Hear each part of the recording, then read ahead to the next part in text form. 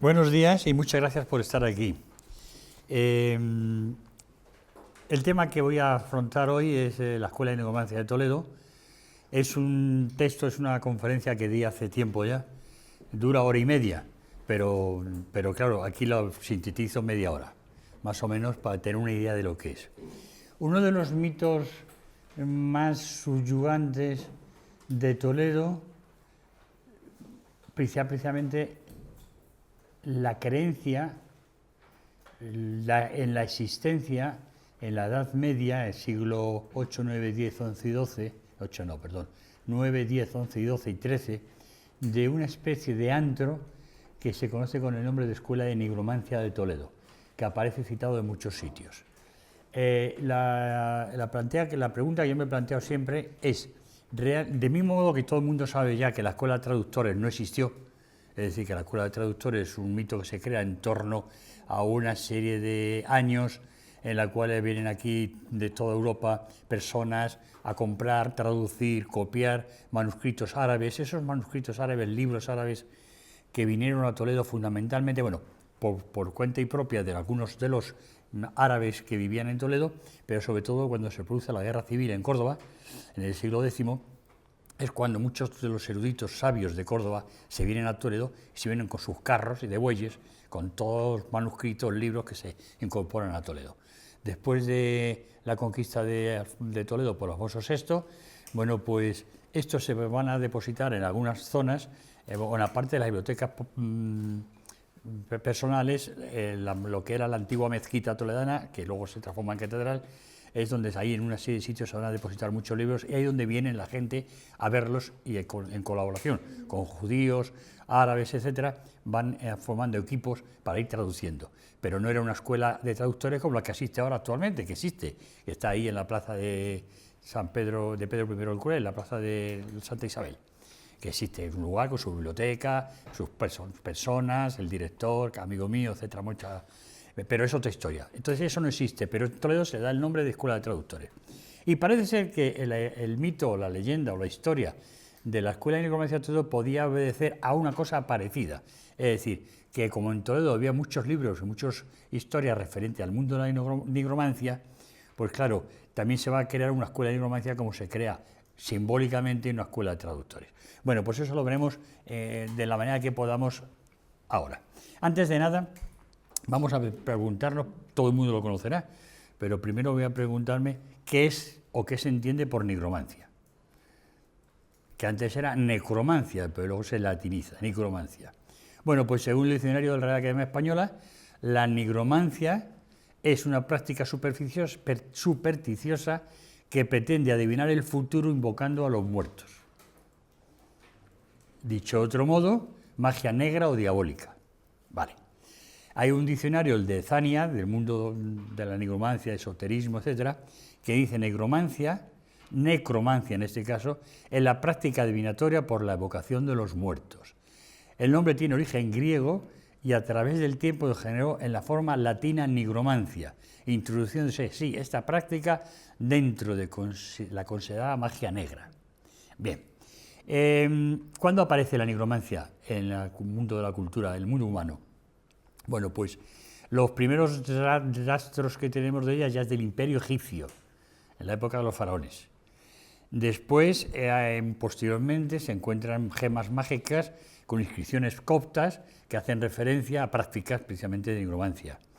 Hay escritos mágicos en hojas de papiro en griego o en la lengua demótica egipcia. Hay un papiro del siglo I a.C. que hace precisamente alusión a las prácticas nigrománticas. En la época de los griegos y los romanos, pues ambos fueron, tanto en la época griega, la República Griega, y como después ya en el Imperio Romano, concretamente ya en la época de Pedro Augusto, hay ya referencias de las prácticas nigrománticas. De hecho, el emperador Augusto, en un momento de su mandato, ordenó quemar cerca de 2000 papiros mágicos dedicados al mundo de la nigromancia. Me parece espantoso. Vamos a ver, no es porque yo crea en la nigromancia, que no creo, por supuesto, sino porque toda esta manía que le entran a algunos de quemar, pues claro, lo que están haciendo es destruir un patrimonio cultural de la humanidad valiosísimo. como perdimos desgraciadamente, con todas las quemas de bibliotecas, especialmente con la quema de la biblioteca de Alejandría. Se dicen que se perdieron millones de papiros de todo tipo, de historia, de medicina, de todo, de conocimientos matemáticos, de todo. Y eso, pues claro, eso quien lo pierde precisamente es el ser humano. Es que lo que perdemos eso, porque todos esos contenidos, esos escritos, revelan de alguna manera la época en la que se vive, la forma mental en la de los hombres de esa época y de su concepción del mundo, que es importantísimo. La concepción del mundo, la Imago Mundi, ha evolucionado a lo largo de 4.000, 5.000 o 6.000 años muchísimo, y es muy interesante para el estudio precisamente del conocimiento, pues precisamente el conocer cómo ese Imago Mundi ha ido evolucionando a lo largo de los milenios, ya no de siglos. Bien, ¿cuál es el objetivo del rito? Bueno, hay muchas referencias a lo largo del Imperio Romano sobre las prácticas nigrománticas. Constancio, en el año 357 después de Cristo, a todo el que era nigromante le cortaba la cabeza. En el 364, Valentino, otro emperador, castigaba con la muerte a aquellos que salían por la noche y tomaran parte en imprecaciones al demonio, rituales mágicos o sacrificios nigrománticos. En la Biblia, en el 18 libro de Samuel, aparece también cuando Saúl invoca el alma del último de los jueces de Israel para hacer una consulta sobre una de las batallas que va a librar. Bueno, en la Eneida de Virgilio también aparecen los prácticas nigrománticas. O sea, que todo el mundo de la nigromancia está extendidísimo en todas partes. Pero bueno, ¿qué es un rito nigromántico? ¿Qué es lo que pretenden realmente? Bueno, ¿para qué se hace nigromancia? ¿Para qué se efectúa un rito nigromántico? Luego comentaré una hojita que he pasado por ahí. Bueno, el verdadero objetivo del rito nigromántico es la invocación de los demonios, los cuales al principio utilizan el cuerpo y las almas de los muertos como vehículos para manifestarse. O sea, el demonio se introduce en el interior de un muerto, al cual lo levantan, lo resucitan, todo eso es una nigromancia, y se comunica con el que le convoca.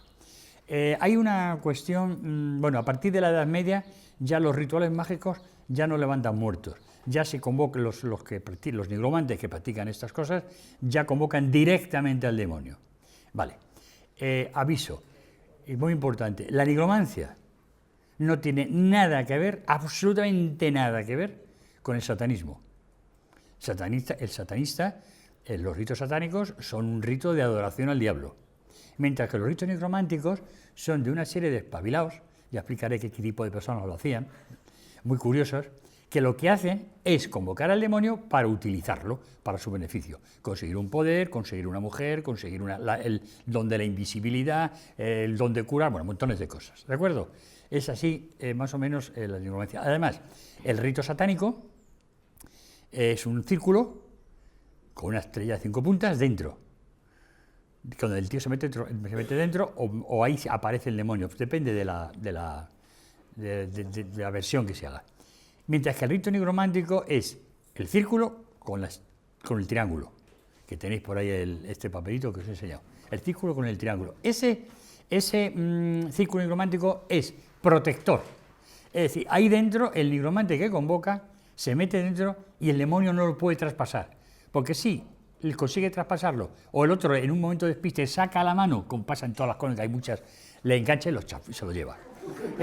O otras veces es al revés, se monta el círculo con el triángulo y dentro es el que se aparece el demonio, según el rito como se haga. Pero otro está afuera, no se puede pasar ni lo puede traspasar. Bueno, como veis, es de una riqueza impresionante. ¿Qué hay? Soy un maniático, exactamente. No, así, no. Ahí vale. Es que los viejos somos así, y me molesta la corriente. Y entonces, pues un poquito me está dando el ¿no? Bueno.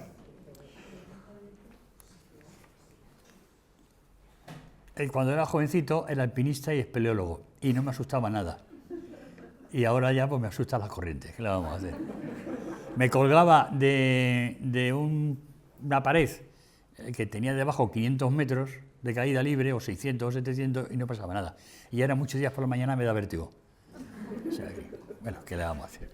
Bien, libros sobre la nigromancia en la historia de la humanidad, así, muchísimos libros, a pesar de todo lo que se ha quemado. Famosos, por ejemplo, son el Testamento de Salomón, que posiblemente esté escrito en Palestina en el siglo I después de Cristo. Está la famosa clavícula de Salomón. En 1960 circula por Europa el libro de los oficios de los espíritus, que fue manejado por el mago Roger Bacon, mientras que el abad Tritemio, en el 1508, habla de hacer otro libro que él mantiene, que se llama Acerca del oficio de los espíritus. Hay otro de Johannes Beger, en 1577, lo publica él, que se titula Pseudomarxia Daemonum. ¿De acuerdo? Bueno, y así una larga serie de libros. Uno muy interesante es el Liber Introductoris de voy a decir una butad, de un paisano nuestro, que era Miguel Escoto. No era paisano nuestro, era un escocés, pero estuvo en Toledo trabajando mucho tiempo y traduciendo obras, Miguel Escoto. Además, era astrólogo, mago, nigromante, traductor, etc. También fue tutor del gran emperador de la magia, que fue Federico II de Sicilia, allí, y luego terminó en Toledo. Bueno, libros sobre nigromancia hay miles. Desgraciadamente, voy a repetir lo que dije antes, se han quemado más de los que quedan todavía. Esa es la desgracia. Porque tengo algunos, ya lo comentaré cuáles tengo, ediciones facsímil, por supuesto, no originales, ojalá, que son de una riqueza impresionante. Si no hay tiempo, por cierto, voy a controlar el reloj, porque me enrollo y nos dan las 3 de la tarde, estamos aquí. Bien, hay 3 libros más básicos del mundo de la nigromancia. El primero es el manual de Wolfsthun, que es un libro sobre magia cotidiana, con una enorme compilación de remedios caseros mágicos, recetas mágicas, protección de los campos, protección de cosechas mediante conjuros, para expulsión de las ratas de las bodegas, etcétera. Montones de cosas que se utilizaban los conjuros para utilizar, o sea, magia cotidiana, que no tiene nada que ver con la nigromancia. Luego también hay cosas de nigromancia. Era muy popular este libro y además se usaba, era un libro que estaba muy difundido en el siglo XV en Alemania. El segundo manuscrito, que es alucinantemente maravilloso, también tengo sobre él un buen trabajo, es el Manual de Múnich. Y este está dedicado íntegramente a la magia diabólica o ritual de nigromancia, ritual nigromántica. Está escrito en latín, en la manuscrito original, pero tiene un montón de anotaciones en alemán. Se supone que tanto el autor como el propietario pertenecían a alguna orden eclesiástica. ¿Por qué? Por una razón muy sencilla. En el mundo medieval cristiano, los nigromantes eran normalmente clérigos o miembros de órdenes religiosas. ¿Por qué? Porque había que saber latín, fundamentalmente. Bien, además, en aquella época, un clérigo de una orden menor, las órdenes menores, se le preparaba siempre para exorcista y se le dotaba de un libro de exorcismos. Cuando con estos conjuros y con estas oraciones y con esta serie de cosas, cuando el clérigo se descarriaba, se encontraba en disposición de, os voy a hacer pasar calor a todos, de llamar a los demonios, ¿no? Bien, en las universidades medievales, pues por ejemplo, los estudiantes, como materia de curso, se les daba una orden menor que los clasificaba como clérigo, de tal manera que, aunque no podían decir misa, podían ayudar a los sacerdotes en cuestiones de tipo religioso y litúrgicos. Bien, para un nigromante de la Edad Media era imprescindible saber leer y comprender el latín, pues la mayor parte de los conjuros ya estaban en esta lengua.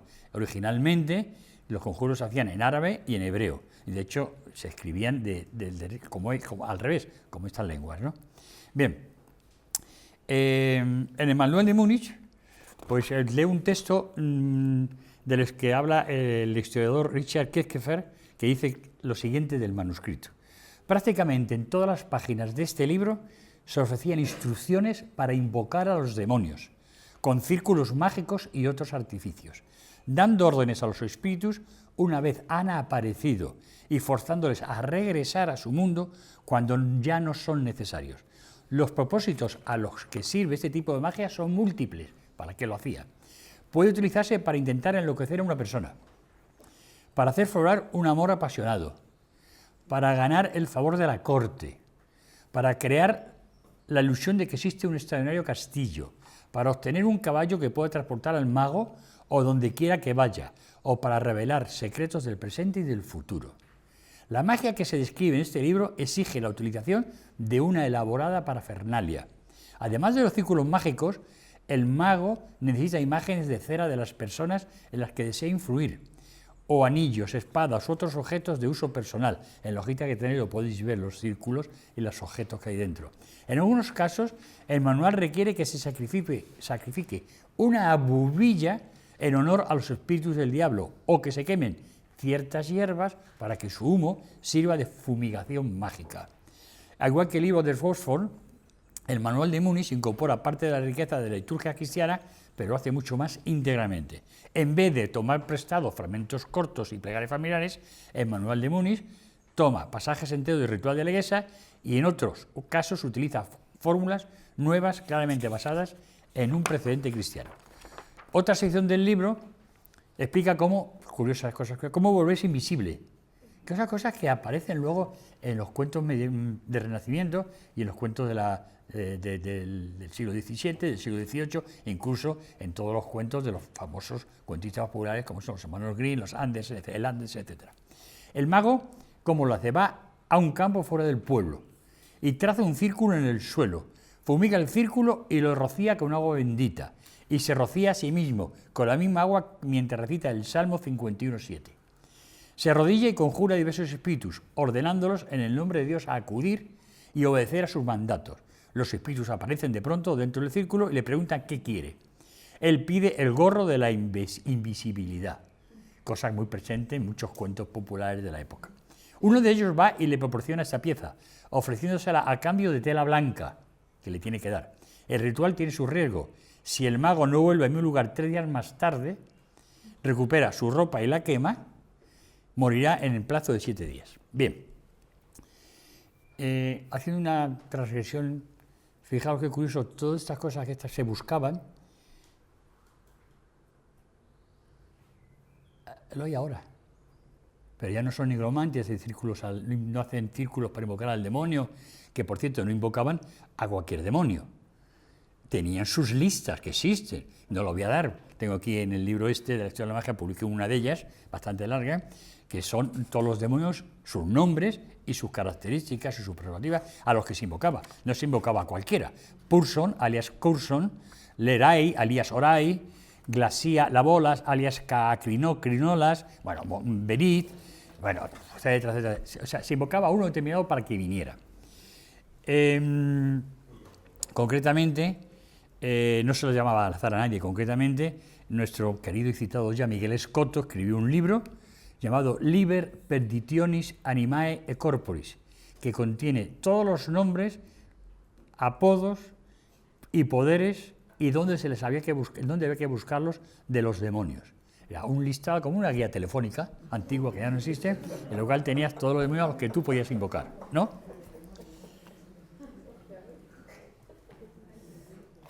Y por último, voy a hablar del último y apasionante, para mí le tengo también en facsímil, publicado por la Editora Nacional en la de año 1978, cuando publicaron, ya sabes cuál voy a decir, el Picatris. Picatris.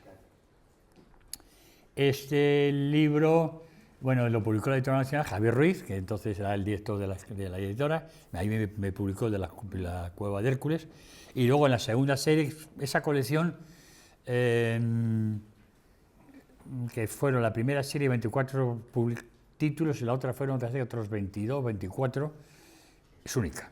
Se llama Biblioteca de Teodoso, Visiones Imaginados, yo la tengo prácticamente toda, y es única, o sea, se paga en las librerías de bibliófilos y es del año 70, en 1970 y tantos, 77 se publicó el mío, pues del 77 al 80. se publicaron, o sea, libros alucinantes de alquimia, del mundo de la cábala, hay uno maravilloso de un amigo mío, Jesús y Milizaldo, monjas y beatas embaucadoras, hablando de precisamente las posesas, las mujeres de los conventos. Bueno, las colecciones fuera de serie. Iba a decir que ahora mismo en las librerías de viejo, bibliófilas, se paga un dineral por esos libros, pero un dineral. Yo tengo de la primera edición, tengo 6 o 7 de la Cueva de Hércules, de la antigua, luego salió una nueva. Esa de la Editorial Nacional, que valía entonces 15 pesetas o por ahí. Ahora lo he visto en internet, hay lugares que los venden por $360 el ejemplar. Estoy pensando, los 5 que tengo, venderlos y cambiar el coche, porque si no, no voy a poder cambiar de ninguna manera. Bueno, sigamos. El Picatris. ¿Qué es el Picatris? Pues el Picatris es el libro nigromántico y mágico por excelencia, del que yo sospecho, y algunos otros investigadores también, que es la fuente de todos los grimorios medievales europeos. Y el Picatris, terminado en X, Picatrix, es un libro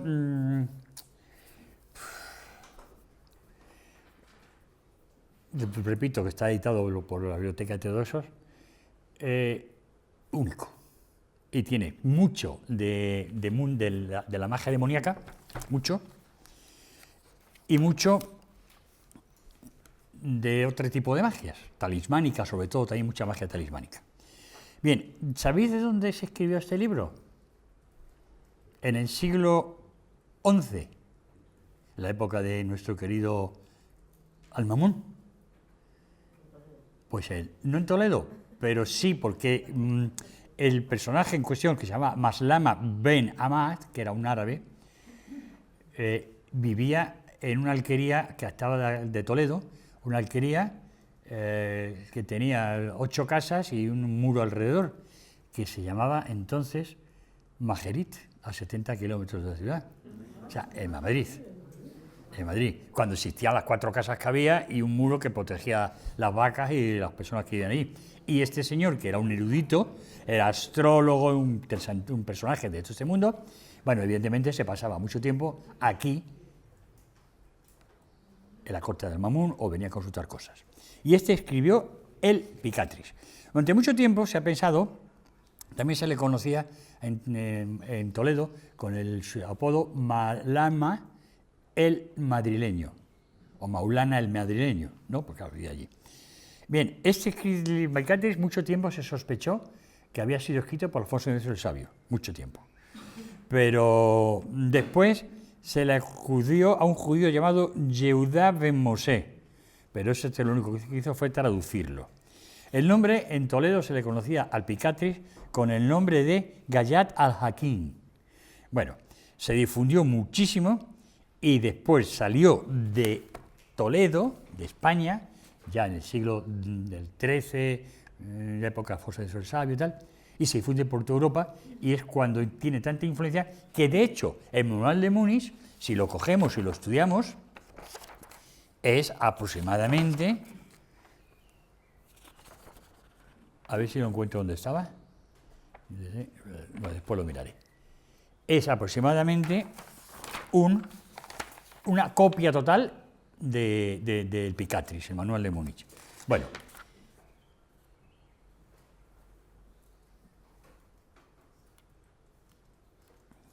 bien, ¿cómo se describe?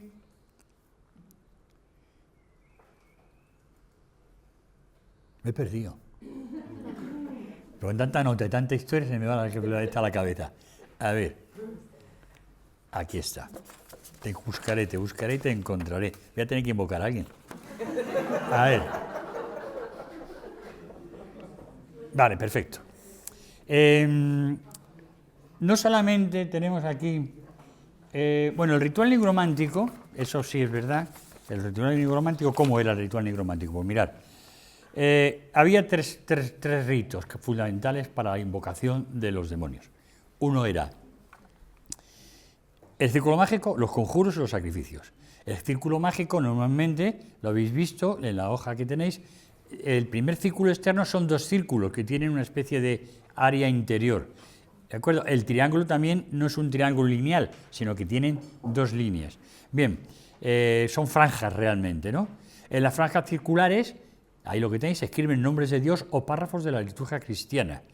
Se dibujan también en el interior y en el exterior cruces, estrellas, distintos tipos de signos, y en el interior se colocan objetos como espadas, redomas, báculos, pergaminos, anillos, vasijas con aceite, tablillas cuadradas con el tetragramatón, y el círculo es una barrera protectora que protege al nigromante de los demonios que aparecen después de haber sido convocados. Bien, perfecto.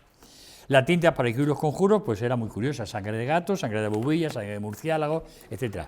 Los conjuros se escribían de derecha a izquierda, a la manera hebrea o árabe, y etc. Aunque probablemente el origen de la nigromancia no es árabe, mucho más antigua, pero fue del mismo modo que ellos nos legaron de Egipto y del mundo griego, las obras de Aristóteles, las obras de etcétera, etcétera, etcétera, matemáticas y tal, que no tuvimos más que recogerlas, también nos legan el mundo de la nigromancia. Bueno, siempre se ha dicho que en Toledo estaba la escuela de la nigromancia. Bien. Hay una cosa muy curiosa, vamos a ver. Hemos diferenciado antes entre el círculo nigromántico y el círculo satánico. El círculo satánico, el dibujo, el círculo con la estrella de 5 puntas. Supongo que mucha gente me dirá que estoy fabulando. Vale, pues fabulo. Fabulo. Me encanta la literatura, fantástica. También me encanta Jorge Luis Borges muchísimo. Su literatura para mí es apasionante. Fabula también mucho, sobre todo con el Aleph. ¿No os habéis fijado en Toledo? Los toledanos lo sabéis de sobra, pero los que habéis venido, que visitáis a Toledo por la subida del Arrabal y os encontráis con un monumento medieval maravilloso, que es la Puerta del Sol. ¿Y qué hay en la Puerta del Sol? ¿No lo habéis visto? El círculo enorme con el triángulo. Es el símbolo nigromántico por excelencia. Vamos a ver, ¿qué alcalde o señor de la ciudad o arquitecto de la ciudad coloca como adorno el círculo nigromántico en la entrada a la puerta de la ciudad en el momento más importante? Con dos símbolos alquímicos, el sol y la luna. Luego lo que hay dentro, que son figuras, pertenece a una leyenda, a otra historia diferente, que son restos arqueológicos, no tienen nada que ver con o sea, están metidos ahí. El círculo y el triángulo. Hay referencias en la Edad Media de que existía en Toledo un lugar, un antro, en el cual se enseñaba nigromancia. Hay cientos en la literatura toledana, ampliamos en la literatura española y sobre todo en la literatura europea, fundamentalmente alemana, fundamentalmente. Por ejemplo, el Conde de Mora, que todos los toledanos que hemos estudiado un poco el mundo de la historia de Toledo, en su obra Historia de Descripción de la Imperial Ciudad de Toledo, publicada en 1654, dice: en Sevilla se leía en tiempo de Moro la astronomía, en Salamanca, tal, y en Toledo hubo una universidad de artes mágicas muy grande y aplaudida. Bien, en 1625, Pedro Salazar de Mendoza habla de la escuela toledana de nigromancia, situándola en una cueva conocida como Cueva de Hércules. Y aquí voy a volver a fabular. Es la suerte que tengo con ser matemático, que si fuera historiador no me atrevería, porque mis colegas historiadores me fusilarían. Pero siendo matemático y bien siendo, como podría decir yo, un enamorado de todas estas cosas, pues me atrevo a decirlo. Dice, situándola a la cueva, en una cueva, en la Escuela de Traductores Solace Salazar de Mendoza, conocida como la Cueva de Hércules. La Cueva de Hércules no es San Ginés, para nada. Señores, la Cueva de Hércules no se describe como, no tiene nada que ver con cómo la describen Esteban de Garibay, la escriben otros escritores. como es. Lo de Cueva de Hércules de San Genés es simplemente un depósito de agua romano, que en 1500 y pico, 1543, el cardenal Silicio, creo que es, hace una exploración porque las malas lenguas de Toledo de la ciudad pues están diciendo que efectivamente hay un mundo subterráneo, que la entrada al infierno son las galerías de conducción de agua romana, que entonces se conservaban todavía intactas. Después ya con el paso de los siglos se han hundido, o las han hundido directamente, sin andar con historias, ¿no? Las han cerrado. La verdadera Cueva de Hércules está en las afueras de Toledo, que lo dicen muchos escritores, tanto toledanos como nacionales, como sobre todo de Europa. Por ejemplo, Esteban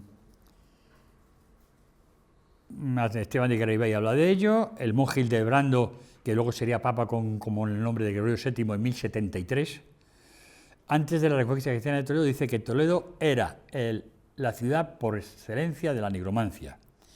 Y Elinando, monje cisterciense, flamenco francés del siglo XIII, escribió: los clérigos, famoso ya, los clérigos van a París a estudiar las artes liberales, a Bolonia los códigos, a Salerno los medicamentos, a Toledo los diablos y a ninguna parte las buenas costumbres. Aquí esto de Bolonia me ha recordado el plan Bolonia de universitario, y eso tenían que habérselo incluido, habérselo achacado a los demonios, no precisamente a el plan Bolonia, ¿no? Porque, haciendo un inciso, el plan Bolonia es arte demoníaco, total y absoluto.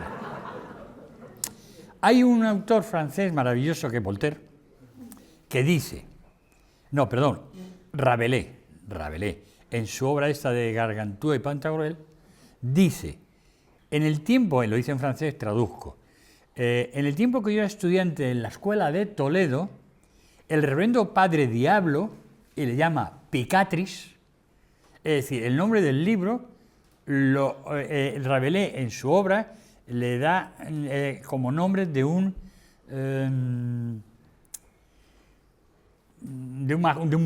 mago brujo, el jefe de los demonios que estaba allí trabajando en la Cueva de Hércules.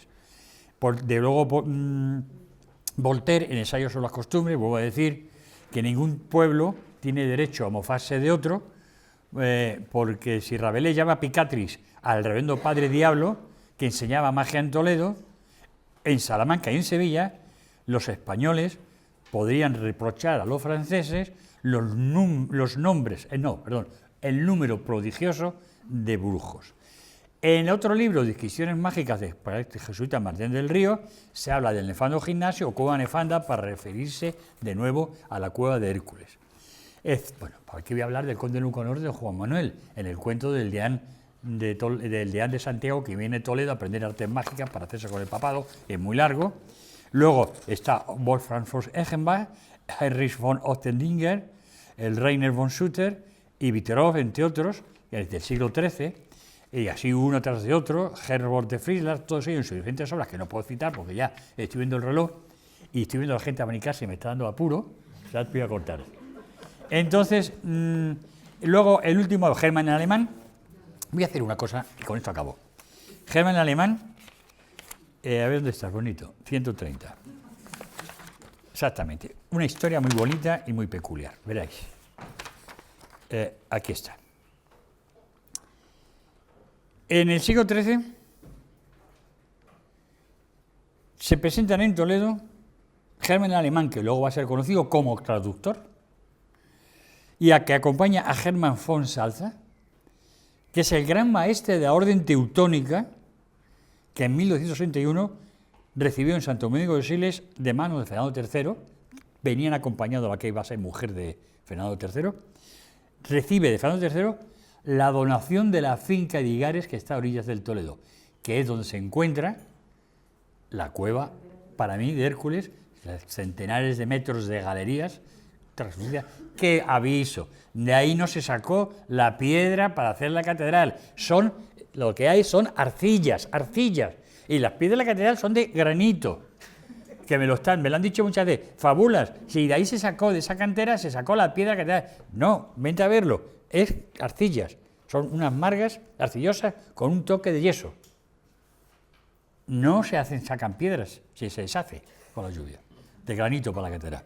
Vale, y estos dos, tanto Germán, es amigo de Escoto, y precisamente el lugar que escogen para vivir es precisamente la finca de Iganes, que está al lado de este gigantesco subterráneo artificial, que algunos de los que estáis aquí creo que conoceréis. Creo que mi amigo que está al final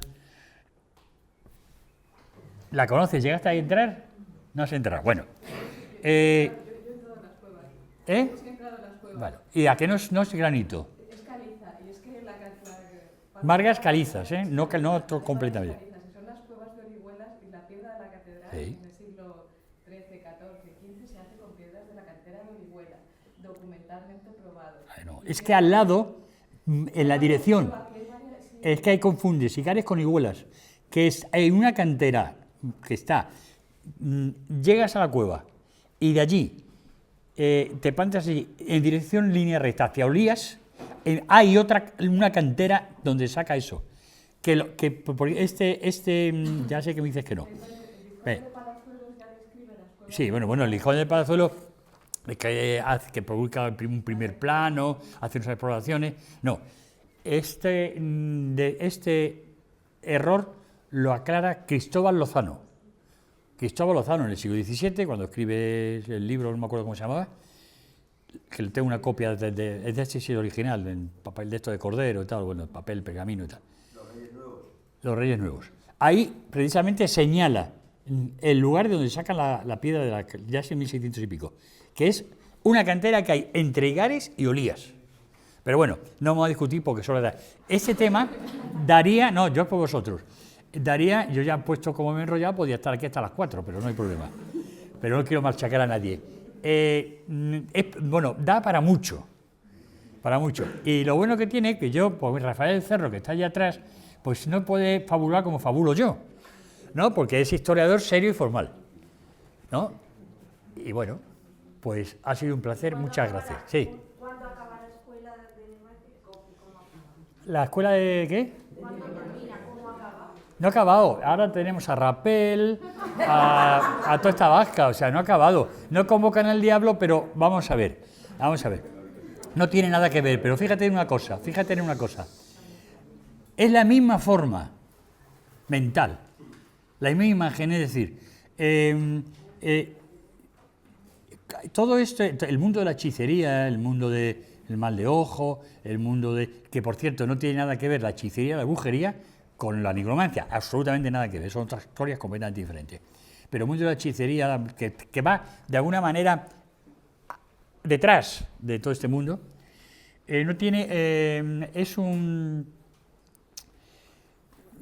no desaparece totalmente. Y ahora vivimos una época en la cual el mundo de la racionalidad, el mundo de lo que podíamos llamar valores religiosos humanos, han desaparecido. Muchísima gente no cree en Dios, los santos y todo ese tipo de cosas son supersticiones, etcétera, etcétera, etcétera. Pero resulta que el hombre tiene todavía el miedo a la muerte, acompañado de un cierto sentido de trascendente de la vida, pero que lo tienen ahí drogado y dormido, etcétera. ¿Y ahora quién triunfa? Pues los otros, los que el Rapel, cualquier revista que cojas de estas así medio raras, vienen cientos de anuncios que te curan el amor, las enfermedades, el dinero, todo. Y lugar, que por cierto son una pandilla de estafadores, auténtica. Una pandilla de estafadores. Pero bueno, en lo que es ante el vacío, ante el miedo, ante tantas cosas, antes se rezaba San Antonio, se iba a la iglesia, San Antonio, hazme no sé qué. ¿Y cuántas cosas lo habremos encontrado gracias a San Antonio? Cuando se nos perdían. Bueno, que no era San Antonio que la buscaba, era evidente. Pero bueno, ¿me entendéis por dónde van los tiros, no? Bueno, no quiero enrollarme más.